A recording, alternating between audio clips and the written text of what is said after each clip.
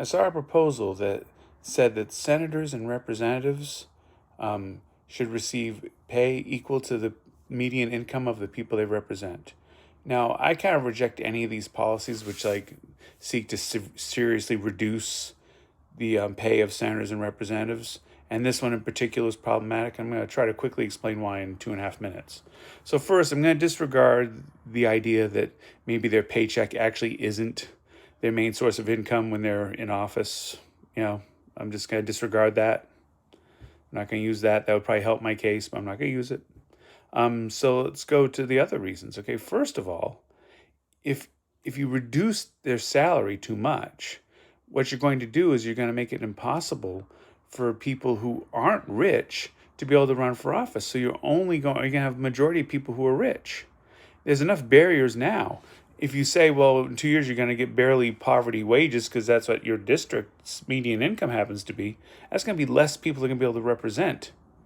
And we want a good cross section. I mean, if rich people get in charge, that's fine. I mean, they've accomplished a lot. They've made money. I don't have an issue with that. I'm just saying I think I want a mix. I don't think I'd want just millionaires. I mean, 73% of senators are millionaires already. It's only 45% of representatives, which is still higher than the population average. So that's still not quite representative. But anyway. But also, economic policies take a while to take effect.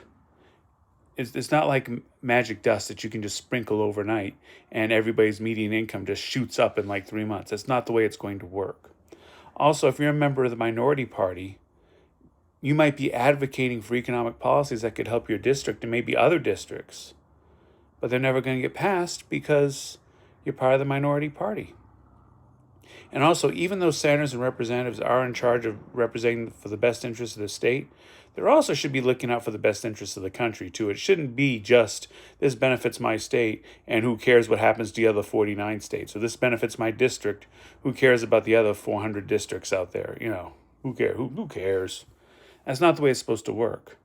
Also, this sort of tying salary based on the median income of the people you represent is going to lead to so many more pork proposals, so many more fillers and bills to get these little pet projects that will increase the income, so much more selfishness, so much more grift, everything we don't want.